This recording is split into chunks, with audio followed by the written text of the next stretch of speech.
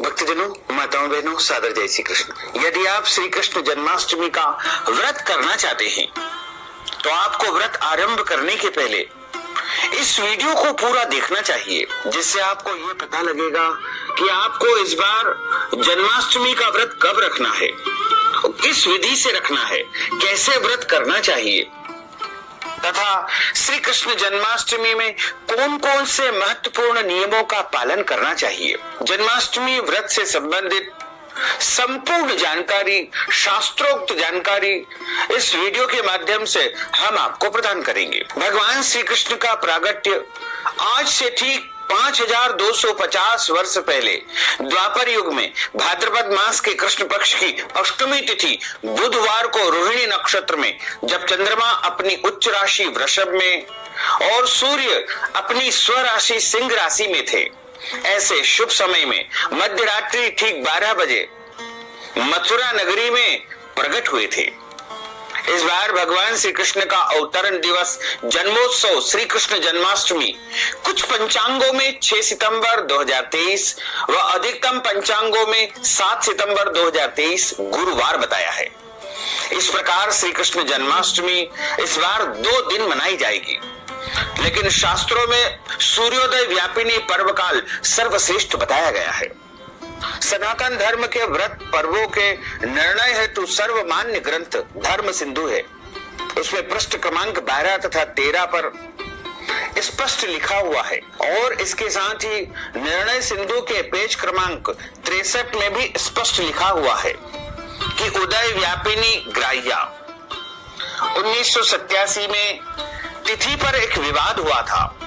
उसमें विद्वत परिषद वाराणसी ने उदय व्यापिनी के आधार पर व्रत समय और तिथि का निर्धारण किया था। उस निर्धारण गणित के आधार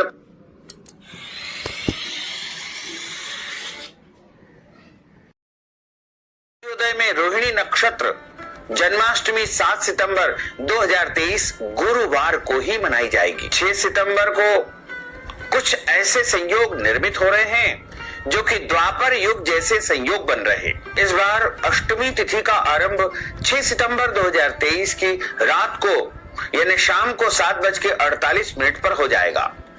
इसी दिन रोहिणी नक्षत्र, अष्टमी तिथि बुधवार एवं सूर्य देव अपनी स्वराशि सिंह में, चंद्रमा अपनी उच्च राशि वृषभ में होंगे और अष्टमी तिथि का समापन 7 सितंबर 2023 को होगा।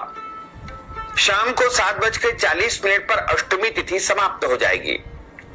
7 सितंबर 2023 को अष्टमी तिथि सूर्योदय के समय रहने से संपूर्ण दिन तथा रात मानी जाएगी और भगवान श्री कृष्ण के प्रागट्य का जो नक्षत्र है रोहिणी नक्षत्र, उसका प्रारंभ 6 सितंबर 2023 को दोपहर 2:28 से होगा, जो कि अगले दिन यानी 7 सितंबर 2023 को दोपहर 2:55 पर रोहिणी नक्षत्र समाप्त हो जाएगा। इस प्रकार प्रभु श्री कृष्ण का अवतरण दिवस जन्माष्टमी, श्री कृष्ण जन्मोत्सव, भगवान श्री कृष्ण का प्रागट्योत्सव इस वर्ष 7 सितंबर 2023 को ही मनाया जाएगा।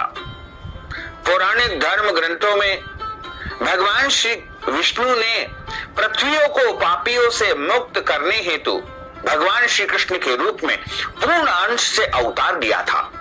भाद्रपद मास के कृष्ण पक्ष की अष्टमी तिथि को मध्य रात्रि को रोहिणी नक्षत्र में मथुरा नगरी में देवकी और वसुदेव के पुत्र के रूप में प्रभु प्रकट हुए थे। जन्माष्टमी को स्मार्त और वैष्णव संप्रदाय के सभी भक्तजन अपने अपने आस्था और परंपरा के अनुसार अलग अलग मनाते हैं। श्रीमद् भागवत कथा को प्रमाण मानकर के स्मार्त संप्रदाय के मानने वाले चंद्रोदय व्यापिनी अष्टमी व रोहिणी नक्षत्र में जन्माष्टमी मनाते हैं तथा वैष्णव जन उदय काल वाली अष्टमी एवं उदय काल रोहिणी नक्षत्र को जन्माष्टमी का महापर्व मनाते हैं। इसी दिन व्रत रखते हैं। इस दिन भगवान श्री कृष्ण के निमित्त व्रत रखा जाता है तथा विशेष पूजन अर्चन किया जाता है और अष्टमी के एक दिन पहले यानी सप्तमी तिथि को 6 सितंबर के दिन आपको एक समय भोजन करना है, शुद्ध पवित्र भोजन करना है। सप्तमी के दिन आपको लहसुन, प्याज, मांस, मदिरा का पूर्णतः परित्याग कर देना चाहिए और इस दिन मसूर की दाल, शहद का उपयोग नहीं करना है। ब्रह्मचर्य व्रत का पालन करना है। पराय अन्न का सेवन इस दिन बिल्कुल नहीं करना है। यदि गलती से आपने पराय अन्न यानी दूसरे के घर का भोजन कर लिया तो उसके निमित्त कुछ न कुछ दान पुण्य आपको करना चाहिए। और अष्टमी के दिन सुबह जल्दी उठे, ब्रह्म मुहूर्त में उठ करके सूर्योदय से 2 घंटे पहले उठ करके पानी में काले तिल डाल करके उससे स्नान करना है। स्नान करने के बाद धुले हुए स्वच्छ पवित्र वस्त्र धारण करें। ध्यान रखें उस दिन फटे और मैले कपड़े बिल्कुल न पहने और अपने मस्तक पर तिलक अवश्य लगाएं। वैसे तो चंदन, केसर का, कुमकुम का तिलक आप लगा सकते हैं, लेकिन आप अपनी रुचि के अनुसार कुछ न कुछ तिलक अवश्य लगाएं। और सबसे पहले प्रभु के सामने बैठ करके श्री कृष्ण जन्माष्टमी का संकल्प धारण करें। अब इसमें आपको चावल का उपयोग संकल्प में बिल्कुल नहीं करना है। अक्षत के रूप में जौ अथवा तिल आप उपयोग करें और इसमें पीले पुष्प, सुपारी, कुछ दक्षिणा, जल रख करके संकल्प ले। शुद्ध घी का दीपक प्रज्वलित करना चाहिए। संकल्प हम आपको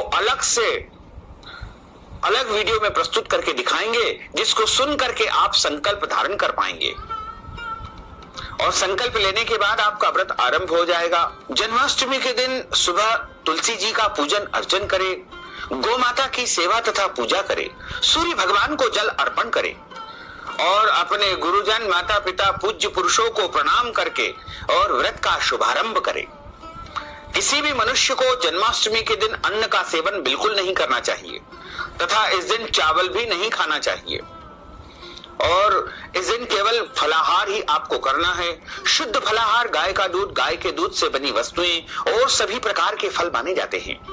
इसके साथ ही पंचमेवा जो ड्राई फ्रूट्स होते हैं, जिन्हें सूखा मेवा कहा जाता है, वो भी आप फलाहार के रूप में उपयोग कर सकते हैं। जैसे मखाना, नमकीन या मीठे तैयार करके उसका भी आप फलाहार कर सकते हैं और अन्य शुद्ध और सात्विक फलाहारों का उपयोग करें। प्रातःकालीन वेला में भगवान बाल गोपाल जी को, लड्डू गोपाल जी को, शालिग्राम जी को या विष्णु भगवान को शुद्ध जल से स्नान कराएं। उसके बाद पंचामृत से स्नान कराएं तथा उनको नए नए वस्त्र धारण करवाना चाहिए। प्रभु को इस दिन नए कपड़े धारण करवाना चाहिए क्योंकि उनका जन्मोत्सव है। जब किसी बालक का जन्मोत्सव होता है तो उनके लिए नए कपड़े हम लाते हैं। तो हमारे ठाकुर का जब जन्मोत्सव मना रहे, अवतरण दिवस मना रहे, तो हम उनके लिए नए नए वस्त्र बाजार से अवश्य लाएं। पलना भी उनके लिए लेकर आएं क्योंकि पलने में भी इस दिन उनको झुलाना है और खीरा ककड़ी लेकर आएं, माखन मिश्री लेकर आएं तथा प्रभु को भोग लगाने के लिए धनिया पंजीरी का प्रसाद भी इस दिन तैयार करना चाहिए। पंचामृत, दूध, दही, शहद, शक्कर, घी, पीले फूल की माला, तुलसी जी के पत्ते। जन्माष्टमी के एक दिन पहले ही आपको तुलसी जी से पत्ते तोड़ करके रख लेना चाहिए। सबसे पहले भगवान का पूजन अर्चन करें, उनको जल से, पंचामृत से स्नान करवाएं, शुद्ध वस्त्र धारण कराएं, नए कपड़े पहनाएं, मोर मुकुट धारण करवाएं, बांसुरी उनको पहनाएं, मोतियों की माला पहनाएं, पांव में पैंजनियां पहनाएं, हाथ में घुंघरू पहनाएं। इस प्रकार सभी प्रकार के सुंदर सुंदर आभूषणों से प्रभु का, हमारे ठाकुर का विशेष रूप से श्रृंगार करके उनका पूजन अर्चन करें। जन्माष्टमी के दिन में सोना नहीं चाहिए। दिन भर भगवान का भजन तथा कीर्तन किया जाता है और इसके बाद शाम के समय भगवान का विशेष रूप से पूजन अर्चन किया जाता है। इस दिन मध्य रात्रि ठीक 12 बजे यानी 7 सितंबर और 7 सितंबर की जो रात्रि रहेगी, 8 सितंबर और 7 सितंबर की मध्य रात्रि रहेगी, उस रात्रि में भगवान का जन्मोत्सव हमको मनाना है। 7 सितंबर की रात को प्रभु का हमको पूजन अर्चन करना है। यदि आपने सुबह के समय भगवान को स्नान आदि करवा दिया है, तो भी आपको रात को जब जन्मोत्सव मनाएं, उस समय भी प्रभु को स्नान आदि जरूर करवाना चाहिए। यानी सबसे पहले जन्मोत्सव के समय खीरा ककड़ी के अंदर गर्भ में प्रभु को रखा जाता है। खीरा ककड़ी एक प्रकार से गर्भ का स्वरूप माना गया है और उसमें बाल गोपाल जी को रखना चाहिए। और उसके बाद ठीक मध्य रात्रि 12 बजे के आसपास प्रभु को बाहर निकाले और बाहर निकालने के बाद शुद्ध पवित्र जल से स्नान कराएं। यदि आपके पास उपलब्ध हो तो यमुना जी के जल से इस दिन स्नान करवाना चाहिए। यदि नहीं है तो सादे जल में यमुना जी का स्मरण करके प्रभु को स्नान कराएं।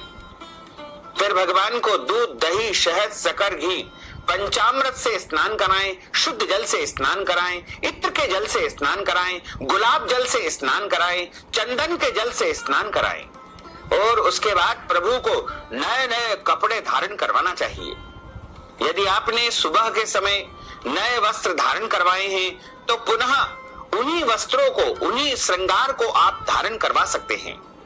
और यदि चाहें तो दोबारा दूसरे नए कपड़ों का भी, नए श्रृंगार का, आभूषण का उपयोग भी आप कर सकते हैं और अच्छी प्रकार से श्रृंगारित करके प्रभु को पलने में स्थापित करना चाहिए, क्योंकि जन्मोत्सव के बाद, अवतरण के ठीक बाद प्रभु पलने में झूलते हैं।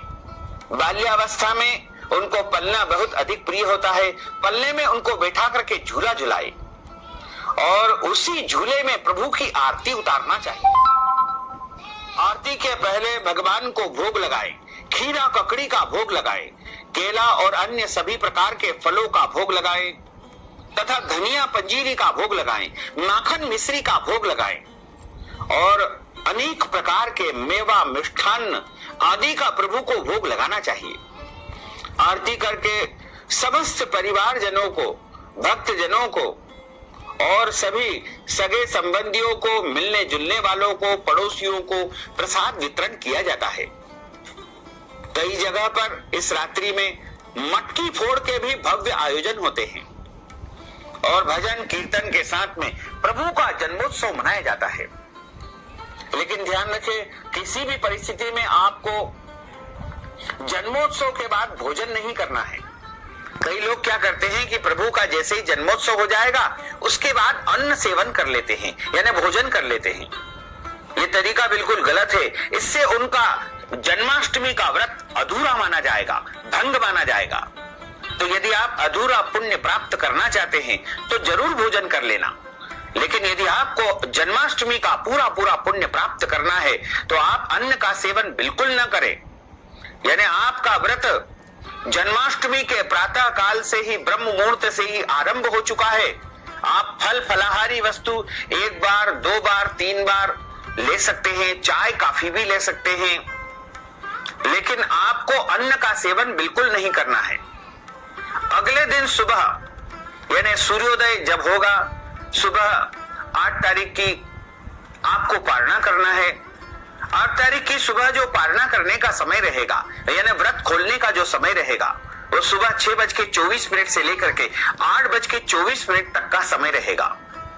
इस दौरान आप प्रभु का पुनः एक बार पूजन अर्चन करें। पूजन अर्चन करने के बाद जिस प्रकार हम एकादशी व्रत का पारणा करते हैं, उसी तरह श्री कृष्ण जन्माष्टमी व्रत का भी पारणा करना चाहिए। पारणा करते समय ब्राह्मण को भोजन करवाने का विधान है। भोजन नहीं करवा पाते हैं तो अन्नदान दे सकते हैं, अन्नदान भी नहीं दे सकते हैं तो नगद राशि ब्राह्मण देवता को दे करके ब्राह्मण भोजन का पुण्य आप प्राप्त कर सकते हैं। और आपको जन्माष्टमी के दिन गलती से भी लहसुन, प्याज, मांस, मदिरा या चावल का उपयोग नहीं करना चाहिए। इस दिन आपको दाढ़ी कटिंग नहीं करवाना है, शेविंग नहीं करवाना है। शरीर के अंग के कोई भी बाल काटना अथवा कटवाना वर्जित माना जाता है। जन्माष्टमी के दिन लड़ाई झगड़ा, वाद विवाद, क्रोध बिल्कुल न करें और किसी भी व्यक्ति का अपमान तथा अनादर आपको नहीं करना चाहिए। यदि जन्माष्टमी के दिन आपके घर पर कोई याचक, भिखारी अथवा मांगने वाले आते हैं तो उनको खाली हाथ नहीं लौटाना चाहिए। उनको कुछ न कुछ अपनी शक्ति या सामर्थ्य के अनुसार अवश्य ही दान करना चाहिए। और जो भक्तजन, माताएं, बहनें जन्माष्टमी का व्रत रखते हैं उनको श्री कृष्ण जन्माष्टमी की व्रत कथा भी जरूर सुनना चाहिए। जन्माष्टमी व्रत कथा हमेशा ब्राह्मण के मुख से ही सुनना चाहिए, क्योंकि ब्रह्म वाक्य